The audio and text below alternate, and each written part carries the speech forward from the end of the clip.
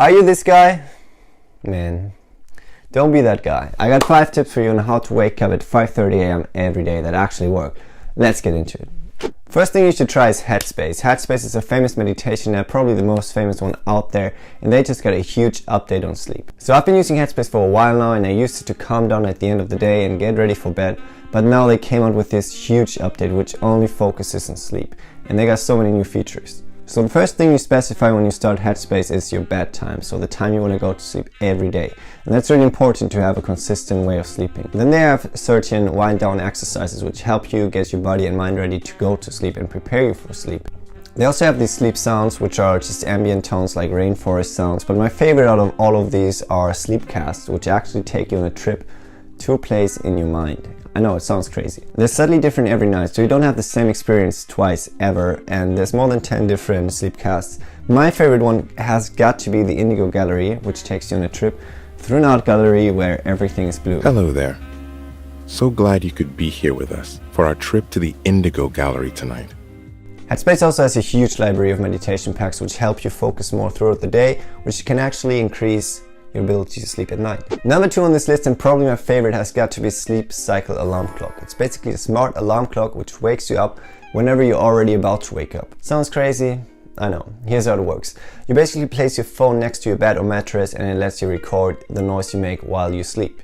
So using that data, it actually analyzes your sleep cycles and wakes you up whenever you're the most noisiest and about to wake up anyways. So you can set a range of when you want to wake up, like between 6 a.m. and 5:30, and it's gonna wake you up during that time period whenever you're already rolling in bed and about to wake up.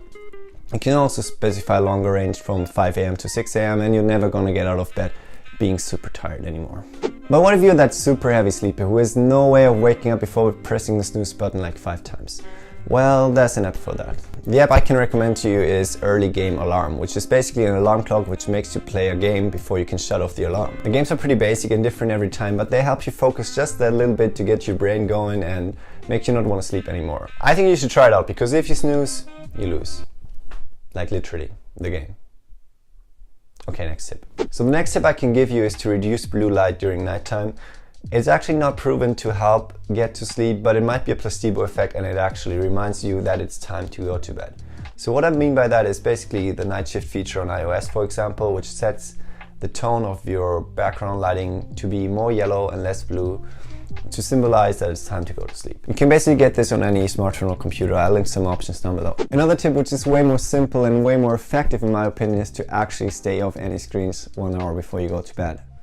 It's just that easy, yeah. Now I don't want to sound like a grandpa, but instead of watching Netflix or staring at your phone all night, you should just read a goddamn book.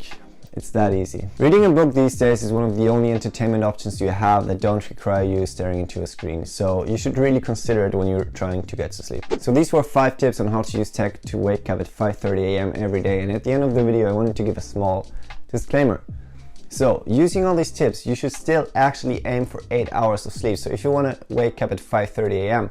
you would have to go to bed at 9:30 p.m. Adding to that, if you're currently waking up at 10 a.m., maybe you shouldn't go to 5:30 a.m. right away, but take baby steps and reduce it by half an hour every few days or every week. I don't know, whatever works for you, and I hope these tips were helpful for you. If you think they were, please leave a like down below, and I'll see you in the next video. Bye bye.